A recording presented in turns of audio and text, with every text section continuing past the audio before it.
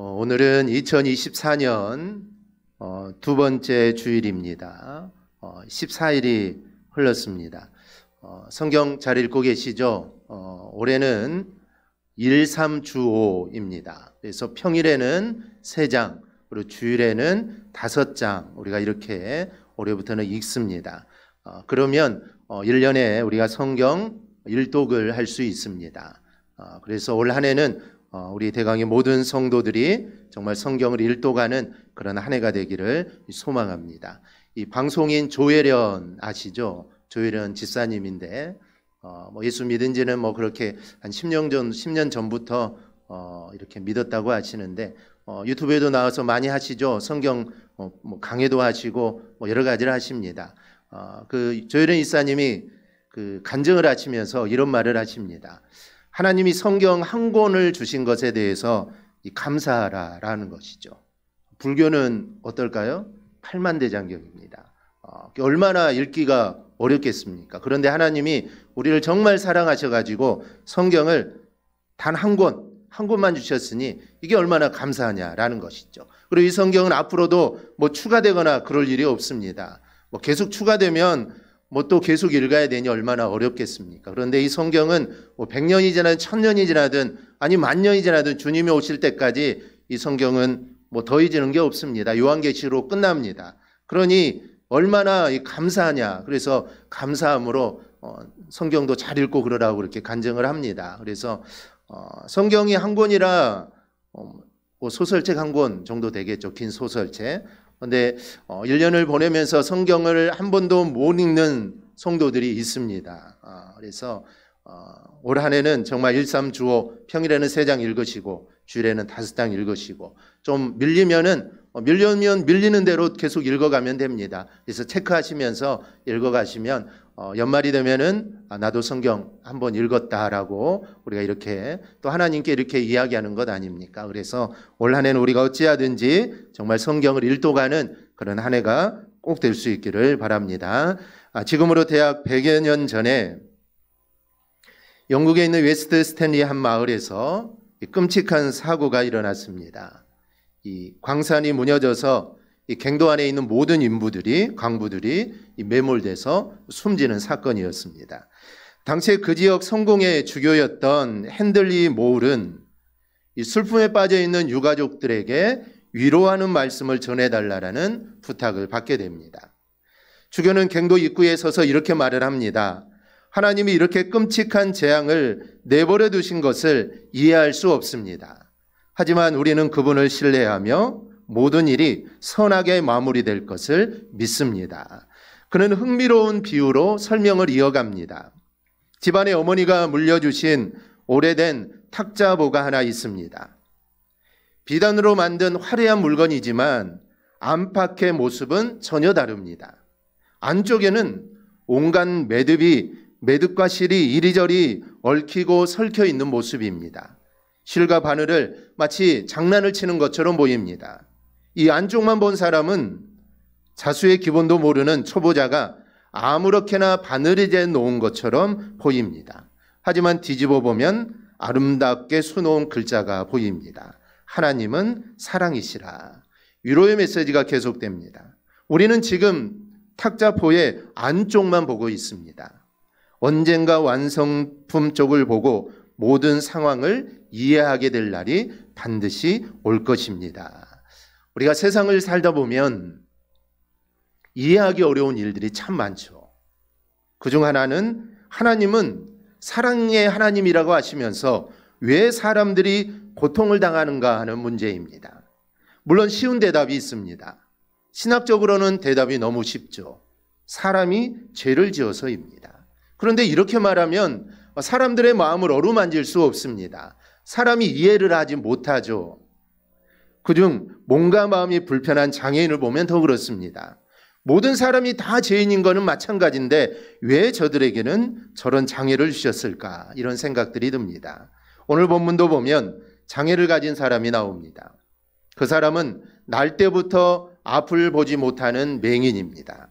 본문은 이 맹인을 주님이 고치시는 그 기적이 나옵니다. 그러면 주님은 이 맹인을 고치시기 위해 어떻게 일하셨을까요? 오늘은 주님이 일하시는 그 모습에 대해서 우리가 함께 살펴보려고 합니다. 먼저 주님은 이 맹인을 긍휼히 여기셨습니다. 2절을 보면은 길을 가다가 맹인을 만납니다. 그래 제자들은 이 맹인이 어떻게 해서 맹인이 되었느냐라고 주님께 질문을 하죠. 라피여, 이 사람이 맹인으로 난 것이 누구의 죄로 인함이니까? 자기니까? 그의 부모니까? 그 당시 유대인들은 사람이 이렇게 장애를 가지거나 어떤 어려움을 당할 때 이거는 죄로 인해서 그런 어려움을 당한다고 생각을 했습니다. 그래서 장애를 갖고 태어나거나 그런 사람은 분명히 이 사람은 죄가 많아서 이렇게 맹인이 되거나 저른바리가 되거나 이렇게 태어났다고 생각을 했습니다. 그래서 누구의 죄인가 이게 궁금하죠. 그 사람의 죄인지 아니 부모가 죄를 지어서 이렇게 태어났는지 그들은 궁금해합니다. 즉 원인을 따지는 것이죠. 이거는 일반적인 사람들의 생각입니다. 그런데 지금 이 사람이 이렇게 된 것이 누구의 죄를 따지느냐 이게 뭐가 대단하겠습니까? 이미 맹인이요. 이미 어려움을 겪고 있는데 원인을 따져서 이게 뭐가 되겠습니까? 제자들이 이렇게 물은 이유가 있습니다. 즉 자신들은 죄를 짓지 않아서 이렇게 되지 않았다라는 겁니다. 나는 죄가 없어서 이런 장애를 가지지 않았다라는 것을 지금 나타내는 것이죠. 아픈 사람은 생각하지 않는 잔인한 생각입니다. 그런데 주님을 보십시오. 3절입니다. 예수께서 대답하시되 이 사람이나 그 부모의 죄로 인한 것이 아니라 그에게서 하나님이 하시는 일을 나타내고자 하심이라. 누구의 죄도 아니라는 겁니다. 하나님이 하시는 일을 나타내고자 합니다라는 말씀입니다. 그런데 이 말씀을 오해하면 하나님의 일을 나타내기 위해 이 사람이 이렇게 태어났다라고 생각할 수 있는데 그렇지 않습니다. 이 사람이 비록 이런 몸으로 태어났지만 하나님은 이 사람을 통해서도 하나님을 나타내기를 원한다라는 말씀입니다. 여기서 하나님의 깊은 뜻이 있습니다. 하나님은 우리가 장애를 가졌던 아니면 어떤 모습이든 하나님은 우리를 통해 하나님의 뜻을 나타내기를 원하신다는 사실입니다. 이 사람이 이렇게 장애를 갖고 태어난 이유까지 우리는 알 수가 없습니다. 다만 이 말씀을 통해 아는 것은 우리가 어떤 모습으로 태어났든지 내가 지금 어떤 삶을 살든지 하나님은 우리의 삶을 통해 하나님을 나타내기를 원하시고 있다라는 이 사실입니다. 이 낮은 대로 임하소서의 실제 주인공인 이 안요한 목사님은 37살에 중도 실명을 한 시각장애인 목사님입니다. 날 때부터 소경 못 보는 것이 아니라 이 중도에 소경이 되었기 때문에 나중에 미국에 가서 수술을 받으면 볼 수 있다라는 말을 듣습니다. 그런데 이 목사님은 거기에 응하지 않고 자기는 미국에 가지 않겠다는 겁니다. 이유는 간단합니다. 하나님이 나를 이렇게 만드신 것도 하나님의 뜻이 반드시 있을 테니 나는 지금의 모습으로 하나님을 드러내겠다라는 말씀입니다. 우리에게도 이런 자세가 있어야 합니다. 내가 지금 어떤 모습, 내가 어떤 삶을 살고 있든지 하나님은 나를 통해 하나님을 나타내기를 원하십니다. 내가 장애를 가지고 있든 아니면 장애가 없든 아니면 내 삶이 부유하든 내 삶이 가난하든 내 삶이 어떤 모습이든 그거는 상관이 없습니다. 그 모습 그대로 그 삶을 통해 하나님을 나타내기를 원하신다라는 것이죠. 그러니 내 삶을 보고 너무 실망하지 말고 또 좌절하지 않기를 바랍니다. 그러한 나의 모습도 하나님이 사용하시기만 하면 하나님의 뜻을 나타낼 수 있습니다. 오히려 나의 약한 모습을 통해 하나님이 더 드러나게 됩니다. 이 결론적인 말이지만 이 소경은 고침을 받습니다. 그리고 하나님의 뜻을 나타내게 되죠. 만약에 이 사람이 소경이 아니었다면 그는 하나님의 뜻을 나타내지 못했겠죠. 아마 평범한 삶을 살았을 겁니다.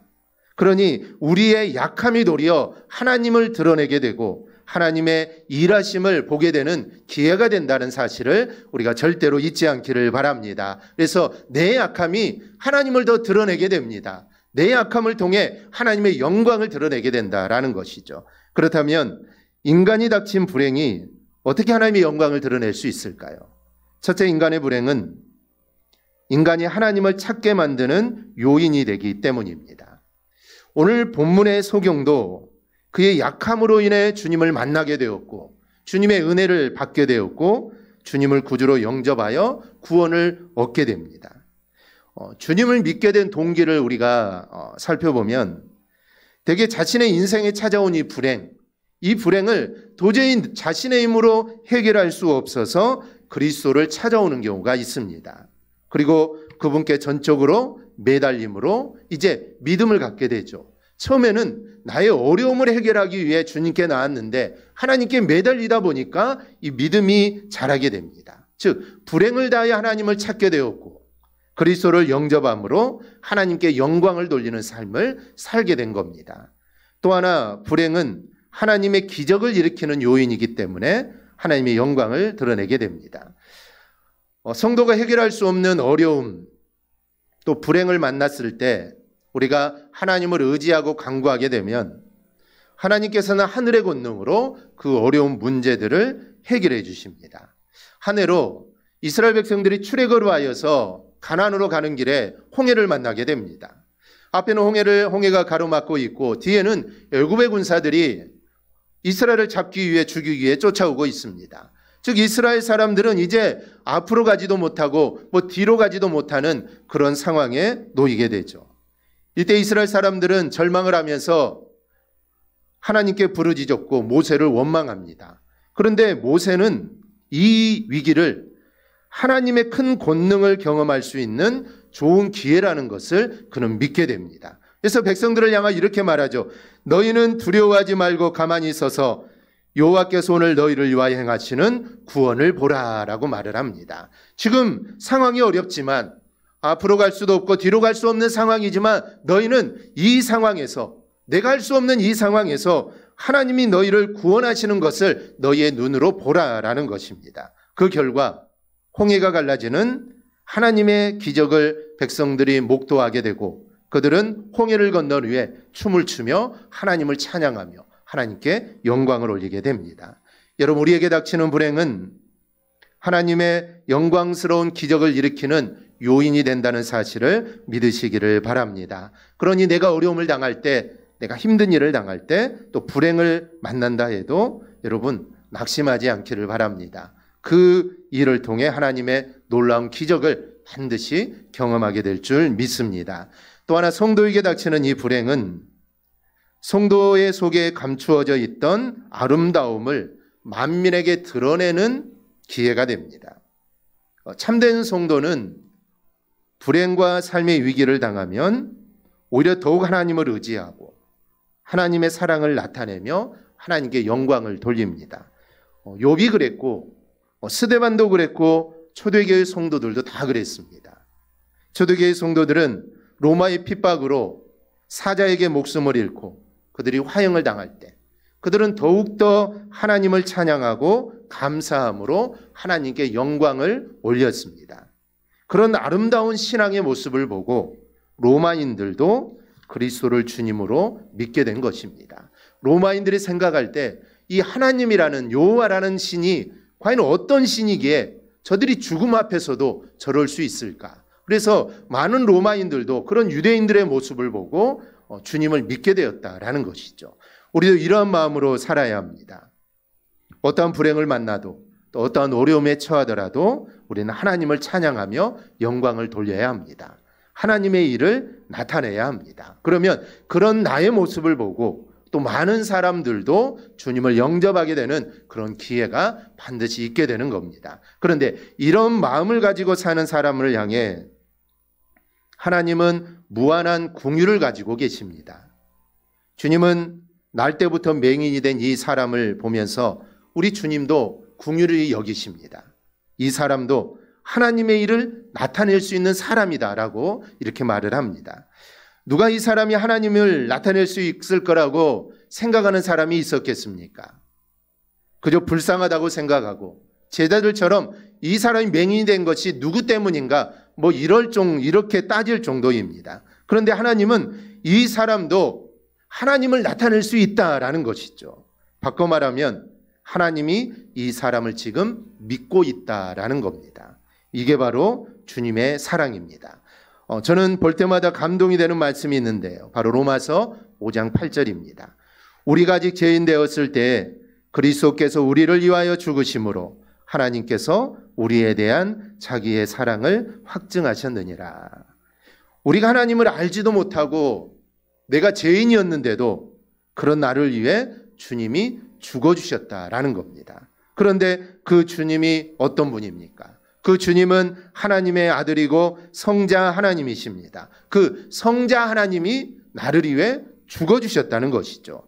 6절에 보면 우리가 아직 연약할 때 그리스도께서 경건치 않은 자들을 위하여 죽어주셨다고 합니다. 그리고 방금 읽은 말씀을 보면 우리가 아직 죄인 되었을 때, 죄인일 때 우리를 위해 죽어주셨다. 또 10절을 보면 우리가 원수 되었을 때 우리를 위해 그리스도께서 죽어주셨다라고 합니다.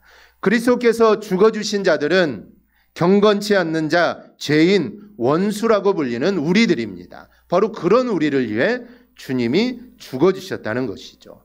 여러분, 누가 죄인을 위해 대신 죽어주겠습니까? 여러분, 누가 살인자를 위해 대신 죽어줄 사람이 이 세상에 누가 있습니까? 그런데 주님이 그렇게 하셨다는 것이죠. 죄인이요 원수된 나를 위해 주님은 대신 죽어주셨습니다. 이것이 바로 하나님의 놀라운 사랑입니다. 그러므로 예수님의 십자가의 대속의 사건은 우리를 향한 하나님의 사랑의 결정적인 증거입니다. 우리는 하나님의 사랑에 대한 결정적인 증거를 우리는 가지고 있습니다.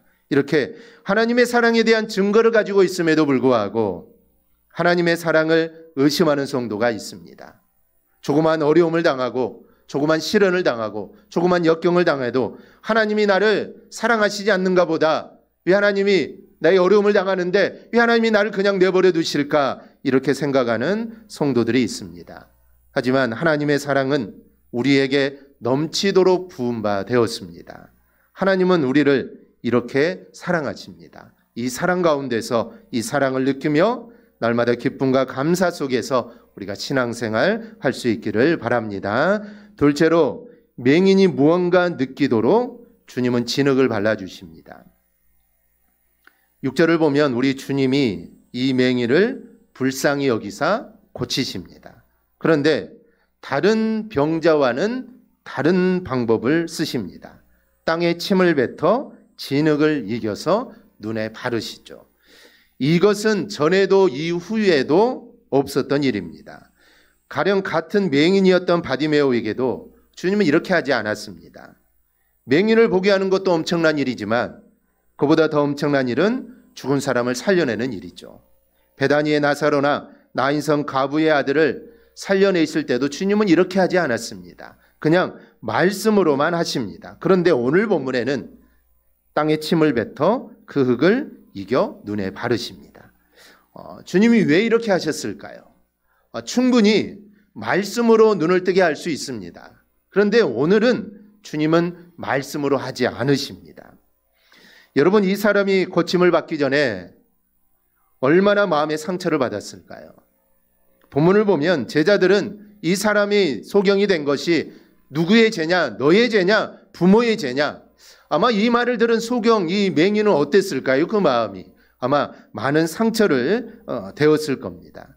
우리 모두가 경험하지만 상처가 되는 말은 상대방의 마음을 헤아리지 않고 자기중심적으로 하는 말입니다. 오늘 제자들도 그렇습니다. 상대방의 마음은 생각하지 않고 그냥 자기중심적으로 나는 맹인이 아니니 나는 죄를 짓지 않았다. 그렇다면 이 사람은 무슨 죄를 지어서 이렇게 맹인이 되었을까? 이 자기중심적으로 생각을 합니다. 그런데 우리는 이렇게 실수할 때가 너무나도 많습니다.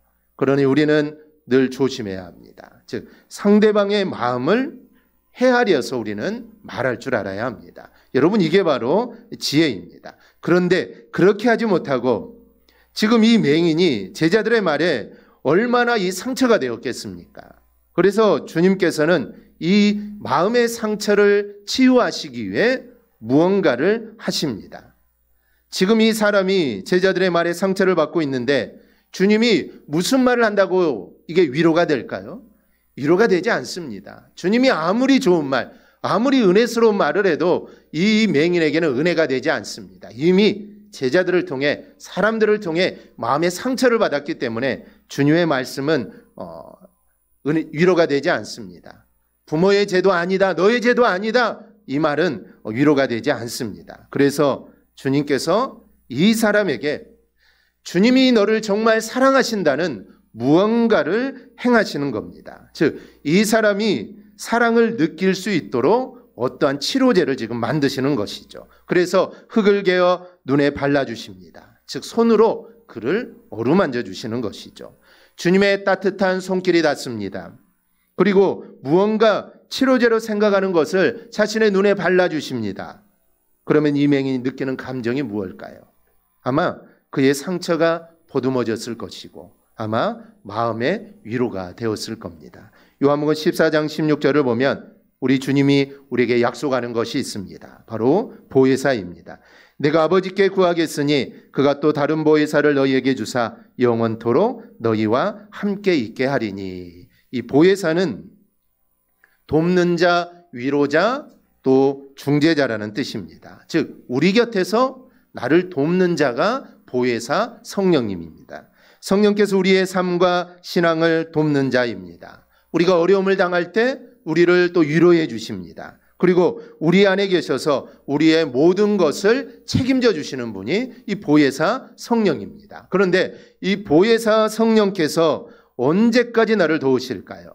바로 영원히 우리를 돕습니다. 이 나에게 영원히 우리 곁에 계셔서 나를 돕는 분이 계신다니 이게 얼마나 위로가 되고 나에게 힘이 되겠습니까? 한마디로 영원히 나의 편이 생기게 된 겁니다. 그런데 그분이 바로 천지 만물을 창조하시고 지금도 다스리고 계시는 하나님이십니다.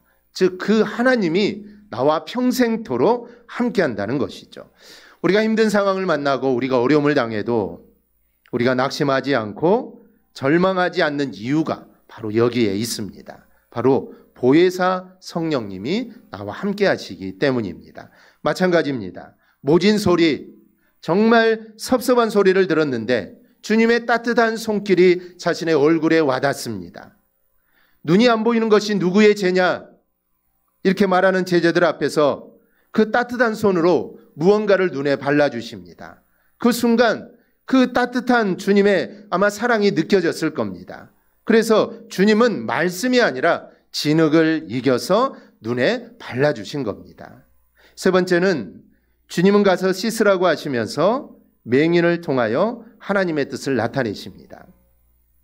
주님은 이 사람도 하나님의 뜻을 드러내는 사람이라고 하십니다. 그리고 따뜻한 손길로 맹인의 눈에 무언가를 발라주십니다. 아마 이 사람은 알았겠죠. 진흙을 내 눈에 발라주시는가 보다라고 알았을 겁니다. 그런데 그 순간 주님이 이 사람에게 실로암 못에 가서 씻으라라고 하십니다. 그리고 이 맹인은 실로암 못에 가서 씻었더니 눈이 떠지자 주님 앞으로 나와 감사를 표합니다. 우리 주님은 그냥 이 맹인을 고칠 수 있습니다. 그러나 주님은 상처받은 이 맹인에게 다른 사람에게 하지 않는 방법을 사용하십니다. 바로 실로암 못에 가서 씻으라라는 것이죠. 그 이유는 이 사람도 하나님을 나타낼 수 있는 사람이라는 것을 가르쳐 주시기 위함입니다. 그냥 고쳐주시는 것이 아니라 본인이 직접 가서 실로암 못에 가서 씻는 것을 통해 나도 기적을 일으키는 이 일에 동참했다라는 것을 알게 하시기 위함입니다. 그리고 이후 이 사람이 하는 말을 들어보십시오. 32절 33절입니다. 창세 이후로 맹인으로 난 자의 눈을 뜨게 하셨다 함을 듣지 못하였으니 이 사람이 하나님께로부터 오지 아니하였으면 아무 일도 할 수 없음이니라. 예수님을 책잡으려는 바리새인들 앞에서 예수님이 분명히 하나님으로부터 온 구원자임을 이 사람은 당당하게 증거를 합니다. 하나님은 모든 일을 하실 수 있지만 굳이 우리에게 일을 맡기십니다. 하나님의 일에 동참하게 하십니다.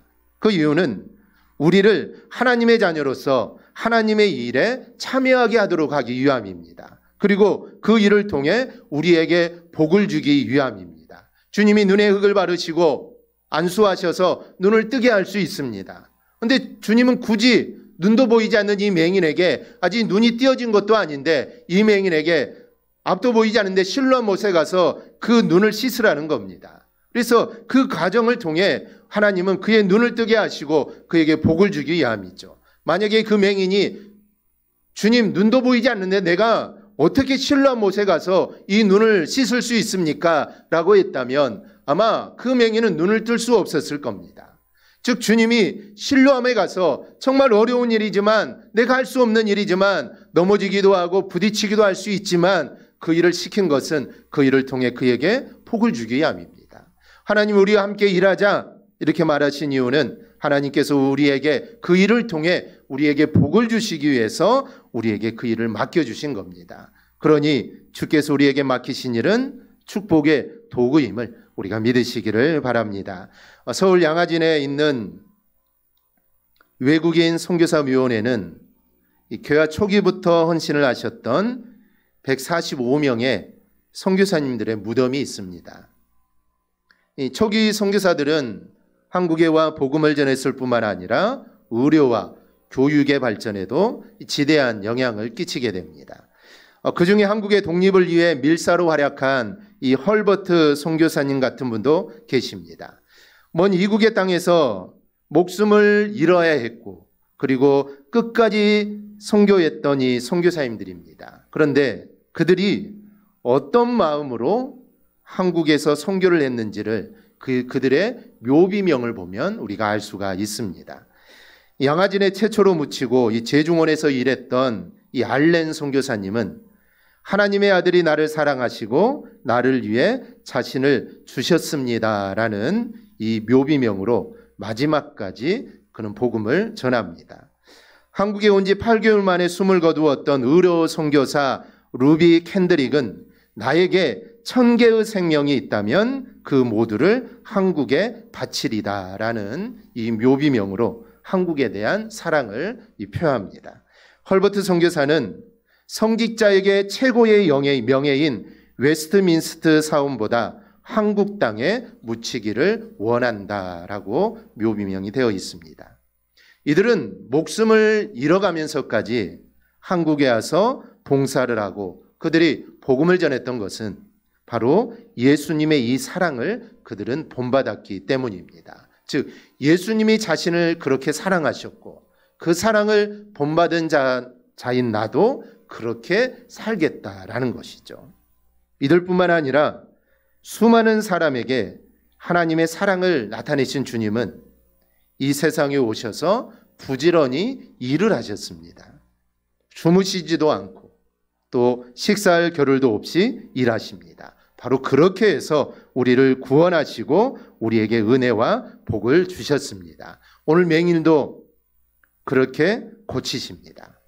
주님은 늘 사랑으로 우리를 배려하십니다. 그렇다면 그런 사랑을 입은 우리는 이제 어떻게 우리가 살아야 할까요? 우리는 주님의 일하심에 동참하며 우리가 살아가기를 바랍니다. 작은 일이라도 주님의 일하심에 우리가 동참할 때 하나님의 역사를 우리는 경험하게 됩니다. 오늘 본문의 소경에게는 실로암에 가서 눈을 씻는 것이 하나님의 일에 동참하는 겁니다. 아들이 죽을 병에 걸린 왕의 신하는 아들이 살아났다라는 그 주님의 말씀에 집에 가는 것이 바로 이 왕의 신하가 주님의 일에 동참하는 것입니다. 그래서 주님의 말씀을 믿고 그의 몸을 돌리는 그 순간 그 신하의 아들은 고침을 받았습니다. 즉 작은 일이지만 실로암 갓에 눈을 씻는 것, 아니 내가 예수님의 말씀을 믿고 내가 몸을 돌려서 집으로 한 발짝을 뛰는 것, 어찌 보면 그거는 작은 일일 수도 있고 또 어떻게 보면은 그거는 엄청난 일일 수도 있습니다. 하지만 그 일을 행할 때 하나님의 역사를 경험하게 됩니다. 우리도 주님의 일하심을 우리도 바라봐야 합니다. 그리고 주님의 일하심을 우리는 기도해야 합니다. 하지만 주님의 일하심에는 나의 몫도 있다는 것을 우리는 알아야 합니다. 내가 해야 하는 일도 있다는 것을 우리는 알아야 합니다. 하지만 그 일을 내가 할 때 우리는 하나님의 일을 경험하게 됩니다. 하나님은 나에게 기도하라고 하십니다. 하나님은 나에게 말씀을 보라고 하십니다. 하나님은 나에게 봉사하라고 하시고 하나님은 나에게 충성하라고 하십니다. 이 말은 하나님이 나와 함께 일하자고 하는 것입니다. 내가 일을 할 건데 너도 나와 같이 함께 일을 하자. 그래서 기도하고 말씀을 보고 충성하고 헌신하라는 것입니다. 내가 너에게 은혜를 주겠다라는 것이죠. 하나님은 우리에게 부담을 주는 것이 아니라 내가 너에게 은혜를 주겠다. 내가 너에게 기적을 보여주겠다. 하나님은 나에게 지금 말씀하고 있는 것입니다. 우리 모두 이런 하나님의 마음을 우리가 깨달을 수 있기를 바랍니다. 그리하여 나의 삶을 통해 일하시는 그 하나님의 기적을 체험하는 우리 모두가 되기를 주님의 이름으로 축원합니다. 아멘. 기도하겠습니다.